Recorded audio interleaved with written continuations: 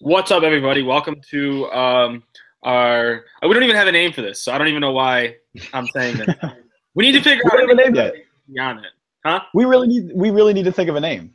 Kind of off air, preferably, but Yeah. maybe we could think of one on the spot. Like we talk about, like, oh, what do I do for the show? And then it's like not once have we talked about what should we do for our name. Never mentioned it. It's like No. Jets podcast. There you go. Jets, Cortland Jets. That's so bad. the Red Beat Jets podcast. That's the All de right, facto there we go. name. Well, That's the de facto name right now. All right, ready? Go Welcome on. to the Red Beat Jets podcast. There you go. We just workshopped it on air. Nice. I'm here with Justin. As always, we're discussing the Week 6 game against the Patriots, which did not go as well. And we're going to be previewing Week 7. Justin, how are you doing today? Not as good. Not as good, unfortunately. Not as good as I have been the last couple weeks after last week's heartbreaking defeat. But, we'll talk about that, and maybe we'll get into some optimism. Looking forward to the next matchup against the Dolphins. Yeah, so all right. So I need to fix this. This is bad. You're good. You're good. We're all thrown off. Terrible podcasting. So let's just get out in front of it, get it done real quick. What did you think about the call? Oh, it was an awful call. I don't think there's a dispute. I don't think there's now it's just like beating a dead horse. So like I didn't want to spend too long on it. I'm glad you agree because I agree too. It was terrible. It should have never been overturned. There was no conclusive evidence to show to overturn a touchdown, which they called on the field. So as long as we're on the same page. Yeah, I mean, so that's the thing. And I know we're not going to go on and on about this, but the whole thing is that there's not conclusive evidence. Like there is a very small argument to be made, but there's an argument to be made that when he went to the ground, he might have lost possession when he switched arms. There is maybe an argument to make, but I don't know in what world you could say that that's conclusive evidence. I don't know how in the hell they make that call and they decide that that was enough to overturn the call on the field. It's bullshit. I don't understand that. It makes no sense. I watched it like every other Jet fan. I watched it probably like 6 million times. And yeah, like the only argument that you can make is that when he goes over, when he falls out of bounds and he's like, on his back and the ball is switching hands, it might move a little bit, but that's okay though. Yeah, exactly. That doesn't mean he still has control. Yeah, that doesn't mean he doesn't have possession. Correct. Yeah. And like other than that, I really don't see anything as to how you can overturn. I really don't. And like even Patriots fans, they're just like, we don't know either. Like, they'll take it. That was like a few years ago when they had the whole field goal when we were playing the Patriots, and it was the bullshit penalty against the Patriots. I'm like, I'll take it. For once, a call goes our way, but yeah, we only get one of those like once every 50 years against the Patriots. Yeah, then they get 50 in one game. So yeah, exactly. Even this game too. So we'll just stick with the officiating for now. It was a poorly officiated game. Very poorly. Jets got the pass interference call against Jamal Adams when he was on Gronk, which is completely terrible.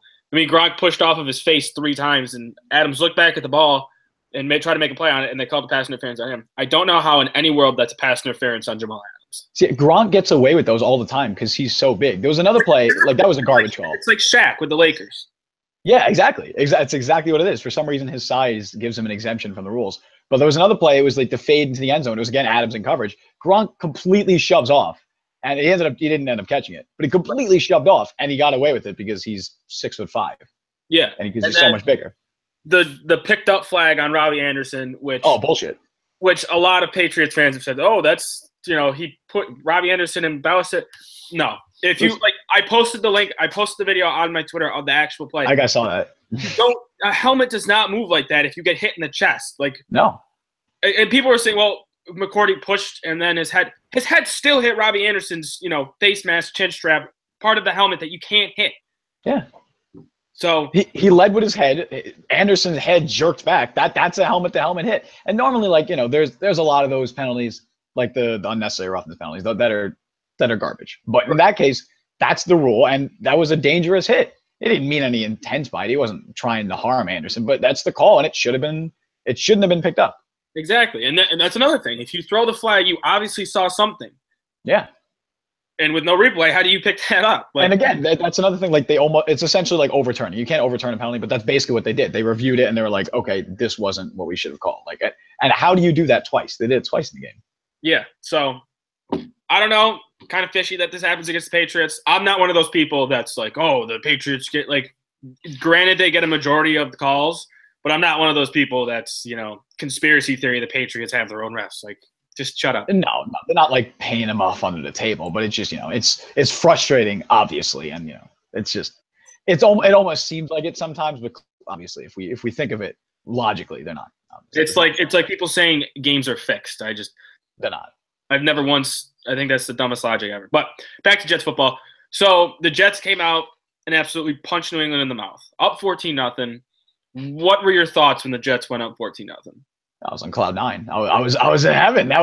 I posted on my Snapchat too. I'm like, I'm in heaven right now. If I died right now, I would be the happiest man on the face of this planet. But I also knew, curb my enthusiasm, curb my expectations, because it could come crashing down. And it very well did. And when we were up 14-0, I didn't expect it to continue. Part of my mind is like, whoa, what if we blow out the Patriots?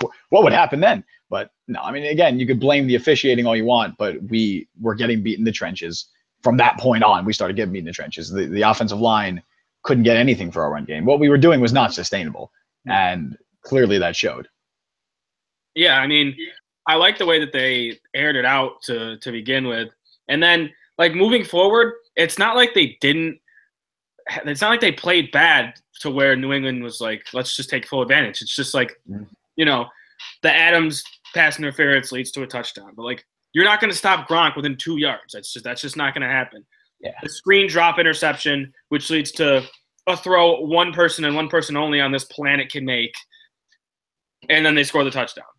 Yeah, I mean, that's the thing. If you're asking any human being alive to single cover Rob Gronkowski, an isolated man cover, like, that's such a hard task to do. Very few people can do that. And Adams, I mean, he got beat. The 2 yard pass to Gronk, I mean, that's tough. I mean, it's tough to cover, but he also could have made a better play on the ball. He was late reading the pass. He's doing a lot of undercutting routes, which I'm not a big fan of right now. Yeah, he is. And he's gambling. And I think rookies do that a lot. They'll gamble, and eventually they'll calm down and get more affluent to the game. Darren Lee still does it. He's in his second year. He is over aggressive on everything he does. Like, he doesn't know when to calm down. But Adams, I think, like, it's growing pains. He's a rookie. He's got immense talent. He will improve. Yeah, and then on the Gronk touchdown, the long one, he was literally just a second late on undercutting that route. Yeah, he was. Again, that comes with experience. He will start to pick that up more and grow as a player once he plays more. Right. Like, Adams in 3 years from now probably makes that play. Yeah. So it's 14-14 going into the half. I think everyone and their mother knew New England was going to score coming out of halftime. Yep.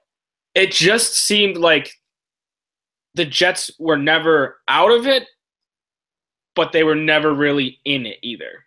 They were always a step behind. Yeah, it seemed like the game was there for the taking, but it seemed like after that 14-0, coming out like that, after that, it seemed like emotion settled, and it just came down to who was the better football team.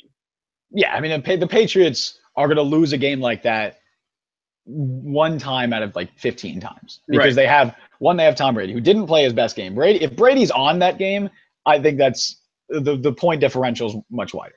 Yeah, but they're not gonna lose that game that often. I mean, the reason we probably felt that way is just because momentum's a hell of a thing. We come out 14-0, we're guns a-blazing. The momentum's all on our side. Then they answer back with 14 unanswered points and it ended up being 24 unanswered points. Momentum is all on their side, which is why that Safarian Jenkins would-be touchdown was so huge, because that was the momentum shifter, or at least it would have been. Right. And it's not like Brady was, Super Bowl Brady. He was, in the first half, he was throwing like ducks. He was throwing, balls that were 4 yards in front of guys. It was very weird to see Brady throw like that. It was. And the screen interception that was huge, because if he picks that up, that even might be a pick six, and you're up 21-0. And it shows the difference between good teams and great teams, because a great team picks that off. If they score, that's whatever, but they still get the turnover. Good teams have that happen and then give up points afterwards. And it's the same thing with, like, the Jets. This has been their MO for years. They don't cause turnovers, and turnovers that would be usually turn into points for the offense. And that's been a bright spot during the first 5 weeks. First 5 weeks, we've actually been able to force a few turnovers. Right. But again, Buster Skrine, I actually think played his best game of the year, and it's not saying too much because he's not that good. No, But he came away with a good pick. He had good coverage on the deep ball that he picked off. But you got to make that play. Like, you have to make that play. You're up 14-0, like you said. If you pick that off, could be a pick six and you're up 21-0, or it could at least continue the momentum. And, everything's on your side. You have the Patriots rattled. They were down 14-0. Brady just threw a bad pick. Like, you don't get those opportunities very often, and you need to capitalize. And like you said, great teams capitalize on them. The Jets are not at that level. And in a spot where they should have capitalized was going at the Patriots offensive line, which they did none of. Leonard Williams, not invisible. Mo Wilkerson, I don't even know why he's playing anymore. Ely, I would say invisible, but he's too fat to be invisible. Yeah, Coney Ely seemed like the only person that was getting consistent pressure. No QB, they weren't getting QB hits, but he just seemed like he was the only one getting in the backfield. Which again leads me to my point: why the hell would New England want to get rid of him when they had passed of themselves?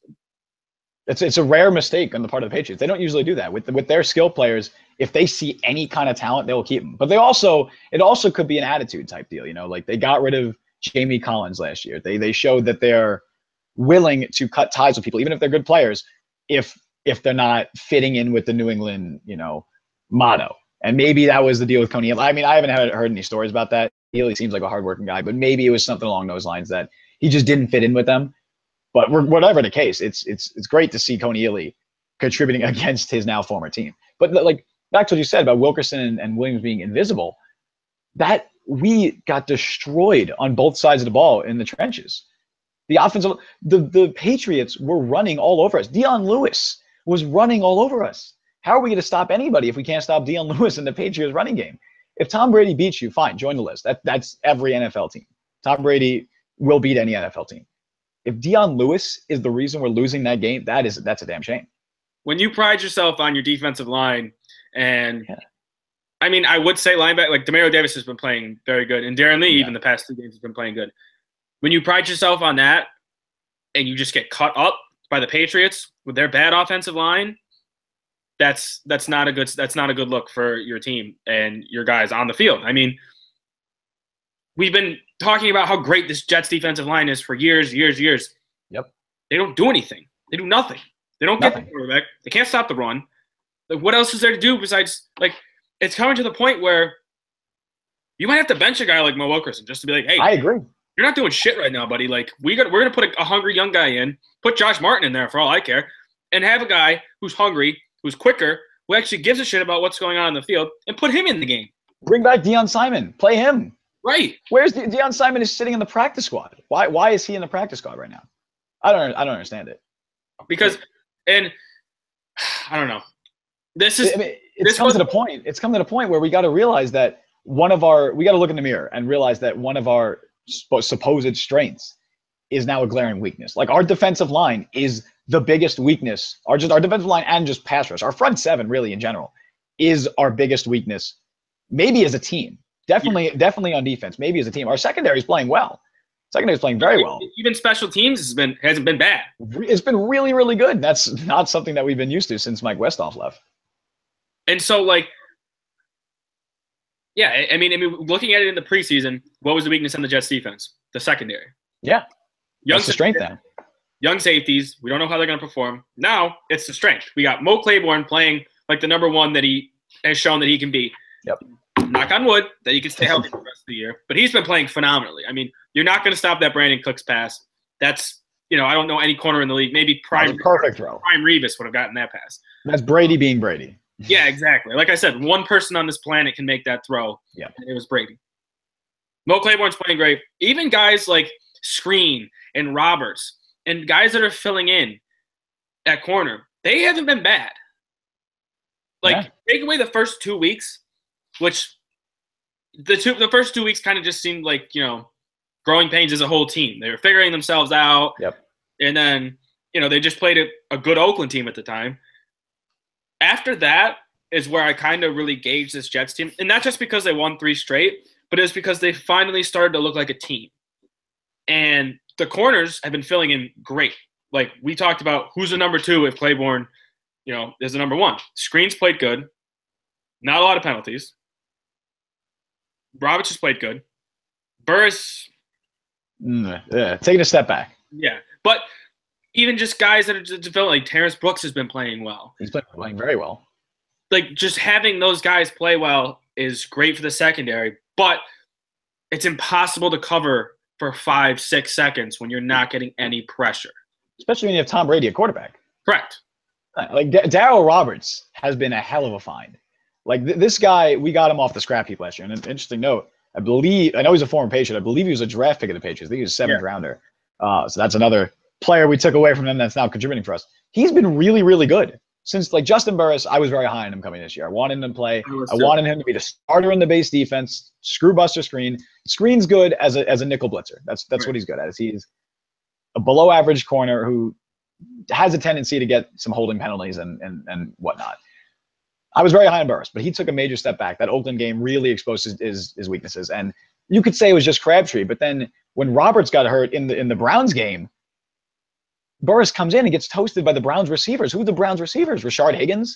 Ricardo Lewis? They have that. It's nobody's. So it's not just Crabtree. It's obviously something with Burris, and he's taken a step back. But Roberts has filled in very well, and he's done an excellent job. And again, it's great we got another player from the Patriots. Right. And offense-wise, I mean, the running game is, still non-existent. You take away those 2 big runs against the Jaguars, the Jets don't have a really good running game. Yeah. Matt Forte played really good out of the backfield, though, in passing situations, which I was very excited to see. He's still you still I think if you want to use him as a third down back, that's really it for him. I agree. I mean, he doesn't have the explosiveness, but he's very reliable out of the backfield. He could be used as a good receiver. He's always been a good receiver throughout his career. And the thing is, we have 3 capable receiving backs right now. Even McGuire can catch.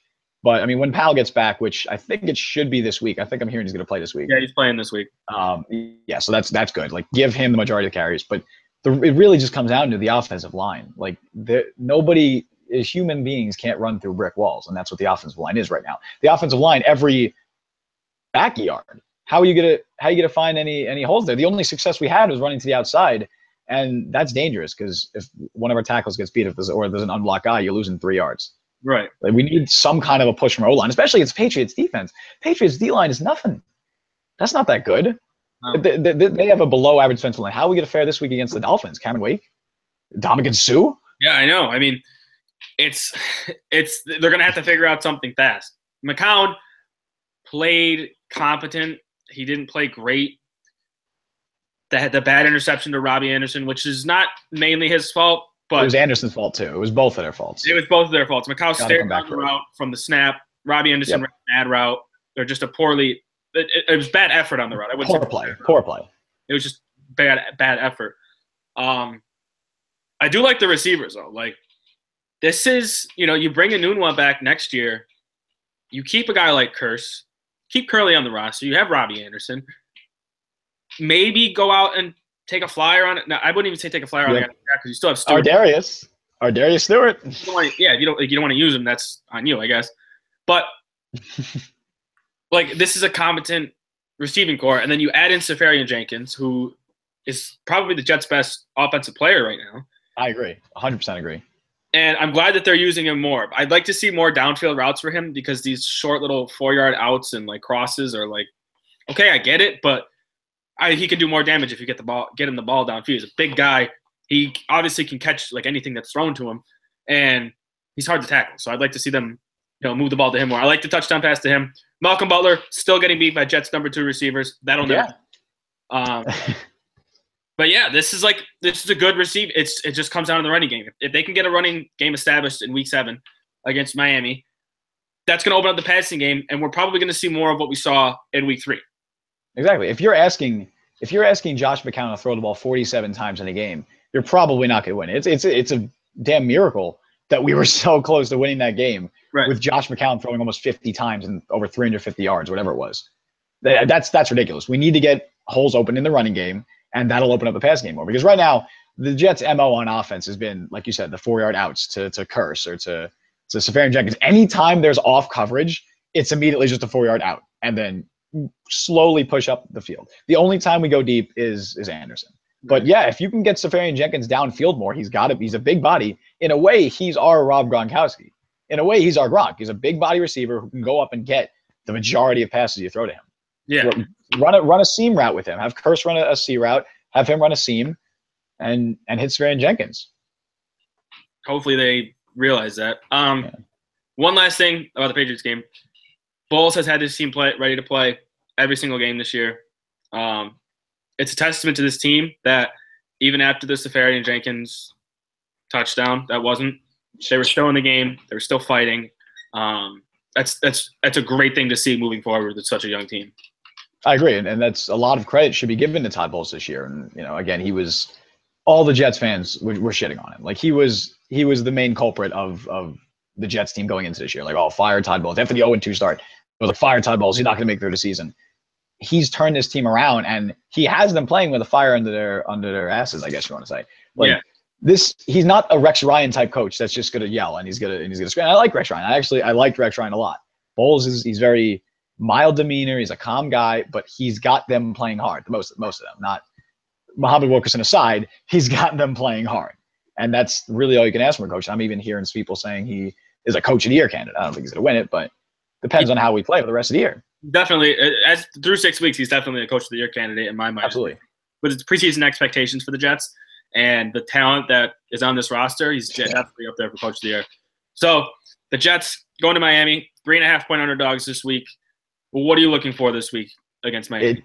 It comes down to we just need to right all the wrongs that we had in that Patriots game. I'm not talking about the officiating. I'm talking about, again, I sound like a broken record, but winning in the trenches. That's how we shut down Miami. That's how Miami got shut down the last few weeks before the past game against the Falcons. They didn't have a run game. If we could force Jay Cutler to throw the ball and we could shut down Jay Ajayi in the run game, we have a really good chance of winning that game, a really good chance. The only reason that Miami was able to beat Atlanta is because the running game returned. Their offensive line played the best game in weeks, and they were finally able to get the running game going. And Ajayi had a great game. Great game. If we could stop him and we could stop the running game, then that'll get our defense off the field more. Our offense will get out there. And again, if we can get a push on the O-line and attack their front seven, they have a good front seven, especially the front four. The D-line's really good. But if we can get any kind of a run game going and McCown just plays adequate, I think we have a decent shot at winning this game. Right. And I totally forgot. Oh, yeah. I would go – I wrote in my preview today, I totally just – I had it and then I lost it. Happens. Yeah, I was like Safarian-Jenkins. I had it, I lost it, came back. Too soon. This was not going to get overturned. Too soon. The anger's just rushing back right now. You make it angry. But if I'm the Jets, I just go watch the game tape from the last game against Miami. Keep everything in front of you. Don't let Landry and Stills and Parker get behind you because that's how they kill you. They get behind. Like Stills has the potential to break an 80-yard touchdown on any given play. Jarvis Landry. Unless he drops it. He does need to catch it. That's a big component in being a receiver. You need to catch the ball in order to score touchdowns. Jarvis Landry is great at turning 5-yard slants into 60-yard touchdowns. We saw it against the Jets last year when it was at MetLife. We've seen it time and time again when he's on the field. You need to stop those guys. And again, like you said, gang tackle on Ajayi. They did a great – that's the first game I've seen in years of the Jets gang tackling a guy. And when you see them get that push on the defensive line, guy gets in the backfield, 4 other Jets are rushing, and they're right there to stop him. So they need to do that. And again, they're the only team this year to run for 100 yards against Miami. Go back, see what worked, do more of that. I'd like to see more deep threats to Safarian-Jenkins, like we just talked about, and try to open up the field. Like if you can get the ball to Safarian-Jenkins downfield, that's going to put an extra defender on him, which opens up a slot for Robbie Anderson, who I think can beat 90% of corners one-on-one deep in the especially Byron Maxwell. I could probably beat Byron Maxwell. Yeah, exactly. He'll probably hold you. You'll still beat him. Correct. And then Curse, like sure hands. Curly's come on strong. Like this offense is a lot better than it was in week 3. I want to see more Austin Safarian-Jenkins downfield. And as far as the running game, like I said, go back, watch the tape from what you did right against Miami. Do more of that. I don't want to see – this is going to sound very weird, but it's going to make sense. I don't want to see as much Bilal Powell in this game because he's coming off an injury. You have 3 healthy backs. Just give him a healthy dose of carries and see what he can do, but don't overuse it because the thing with Powell is that we say we want Powell to be the number 1. Whenever he comes to number 1, he gets hurt. I mean, look at 2 years ago, going into week 17 against Buffalo, he's hurt. That's a game changer. Even last year, some games that he was hurt. This year, against New England, he could have been used against New England, and they who knows how the game would have turned out, but it would have been a nice piece for a guy who's shifty, who's experienced, and they didn't happen. So if Forte is not working, don't be afraid to put Powell in. If Powell's not working, don't be afraid to put McGuire in. If none of those guys are working, just run 5 wide and just throw Honestly, you got Travaris Cadet. Cadet played well in limited action last week. He's a good pass catching back. Well, I've said before, we have 3 pass catching backs. We have 4. Cadet can catch out of the backfield too, and that's basically what he is. He's not going to run the ball. No. He's a pass catching back who's a good blocker as well. Put Travaris Cadet in if you want. If Powell's still banged up, Powell shouldn't be out there for more than half the snaps. I think you got to split it up, especially coming off an injury. Correct. And then you mentioned Jarvis Landry before. Like the whole thing with this Jets, a lot of this inexperience in the Jets defense. We are such a poor tackling team that Landry in open space against this Jets team scares the crap out of me. But because they have done a lot better at tackling this year. A little. I mean, it depends on who you're talking about. If you're talking about like a Darren Lee, even Demario Davis, he has a lot of tackles, but he has a lot of missed tackles as well. And even guys like Jamal Adams. The linebackers, I'm completely thrown. Like, there's no hope that they're getting anybody in the open field. Oh yeah, absolutely. Like none of our linebackers have done anything this year. We have no pass rush from the outside linebackers, and we knew that coming into the year. Like Jordan Jenkins is fine. He's a solid linebacker, and I like him. I have nothing against him, but he's not a pass rusher. Yeah, he's not a pass rusher. He's an average. Honestly, he's more of a 4-3 outside linebacker. He's just okay in coverage, okay as a pass rusher, above average in run stopping. He's above average in run stopping, but we have nothing on the outside. Josh Martin, again, below average to average. We know what he is. It's a shame Dylan Donahue got hurt because he showed a little bit of promise, but we have nobody else there. Nobody. Josh Martin is just a pin your ears back kind of guy and go get him. Yeah, basically.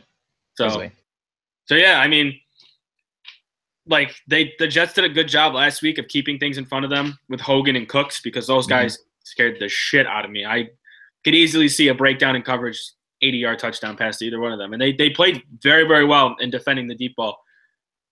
Keep Miami in between the 20s. And then in the red zone, they don't have a big guy that can score. Like they don't have a Gronk. They don't, yeah, exactly. Or just a Gronk mini. Like Julius Thomas doesn't scare me. I have no problem putting Adams on him one-on-one. And then just keep them, if they like I said, keep them in between the 20s. If they get into the red zone, I'm very confident in this Jets team that they can stop them. Need more push from the defensive line. Coney Ealy can just keep playing the way he's playing. He's gonna start getting sacks. Like he's getting in the backfield. Oh yeah. It's just things are just gonna work out. Leonard Williams, where are you? He's invisible. People will blame the injuries. Like they're both him and Wilkerson are dealing with minor injuries, but like Wilkerson a little more than minor because he's missed some practices. He's still missing practices. But like, at what point do you get to the point where you're just like, do like that? They got to do something. Williams is taking a major step back this year. Damian Woody had a good tweet. Somebody tweeted him. He said something along the lines of like, Mo Wilk is dealing with a shoulder injury or whatever. And Damian Woody said, you throw all that out of the window once you're on the field. Like, if you're if in the NFL, if you're on the field, you're fine. He doesn't have that same drive that other players do. And I really hope that Leonard Williams has that. I thought he did. And I still think he does. And I'm not down on him. We just got to see something from him. And I've noticed this in a couple of plays. Like our defense as a whole, it needs discipline. They need discipline because they're so over aggressive. So many times last game would our ends or our edge rushers just blow past the tackles or whatever and just completely blow past them, and Brady would just be able to step up in the pocket. You can't do that. You gotta make a move, cut inside if you want. Don't just keep trying to beat him around the edge because you're over pursuing him, just like they do on tackles. Like so many times, like Darren Lee is the biggest culprit of this. He will just charge at a ball carrier and just miss him. Like he'll charge full speed. And 9 times out of 10, he's going to miss him. That 1 time out of 10 that he hits him, he's going to hit him hard. It's going to make it look good. And be like, whoa, where'd that come from? Like Darren Lee made a really good splash play, but no, he's not consistent. And the entire defense as a whole has been very inconsistent with discipline.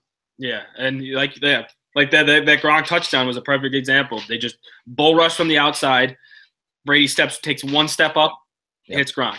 I mean, you look at the great pass rushing teams in the league, they're making moves. Like they're doing spin moves. They're using stunts. Like they're just doing different things to get to the quarterback. The Jets are just doing the same old, well, just try to beat your guy.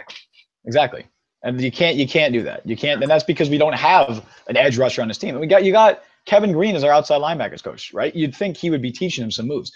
I don't know. Maybe they just are incapable of doing it because we don't have a good enough edge rusher. Like you said, Coney Ealy's going to get to the quarterback. He will. It's a matter of time. He's the king of batting down passes right now. That is his MO. He's already got that down pat. No pun intended. But yeah, like he's got that down. But we need some kind of edge rush. We need some kind of pass rush. Otherwise, teams who have Tom Brady and quarterbacks like him are just going to throw on us all day. All right, let's get to it. Your predictions. Final predictions. Jets plus 3.5 at Miami. Big divisional game. It'll be very interesting to see how the Jets come off of this Patriots game, because in the years past, the Patriots game, the week after, it's been a huge letdown. There's something about this team, though. I don't think that's going to happen. It's not like previous Jets teams that we've seen. I agree. Every ounce of my body is telling me you got to go against the Jets, just because of my whole philosophy that, if they win, then at least I got my prediction. Or at least if they win, then I'm happy. If they lose, at least I got my prediction right. But I feel like it's a good matchup for us. It really is. But I'm still going to say lose. And I pulled the old switcheroo there. I'm going to say lose, because I think we've shown incapable of stopping the run game. If Dion Lewis can run on us, who's to say Jay Ajayi is not going to do it? And Jay Ajayi just exploded against the Falcons. The Miami's defense shut down the Falcons' passing attack. Their defense has been very good. They allowed 17 to Atlanta. We haven't scored more than 2 touchdowns in the season. That right there doesn't add up. And I think Ajayi's going to run on us. I think Miami wins it. If we're going to do scores, I think it's close. I think it's definitely close. I don't think this Jets team is getting steamrolled by anybody for a while. They have too much heart. I'm going to say 24-20. And yeah, we still don't score more than 2 touchdowns. And Ajayi runs for 2 scores and 130 yards. Wow. Very specific.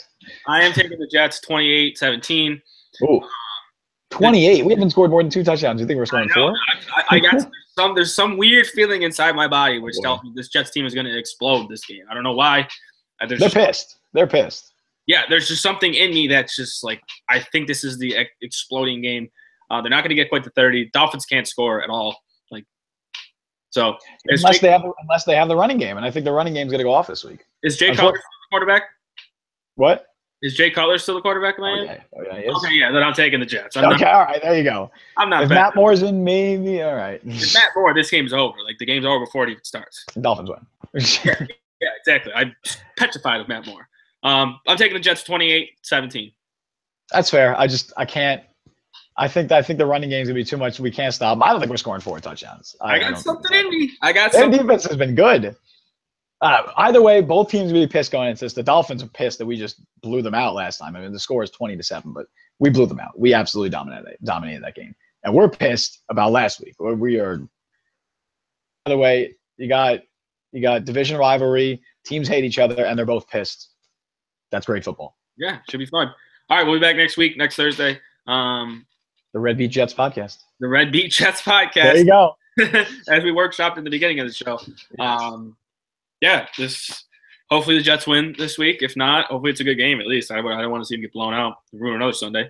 We'll be back next week with the Week 7 breakdown and the Week 8 preview against the Falcons in Atlanta. No, it's at home.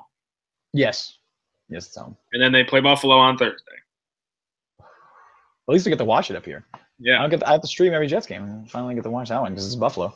Yeah, so I don't know. I'm thinking maybe 2-1. I mean, hey, the entire AFC East so far has given Atlanta trouble. If the Patriots beat Atlanta, then Atlanta could just go 0-4 against AFC East if we beat them. They already lost to Miami and Buffalo.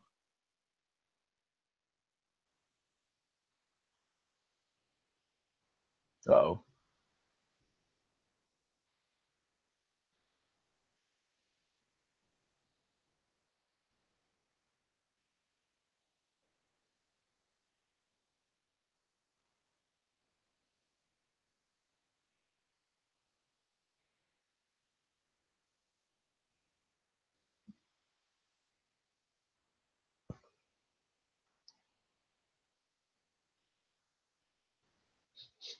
Hello.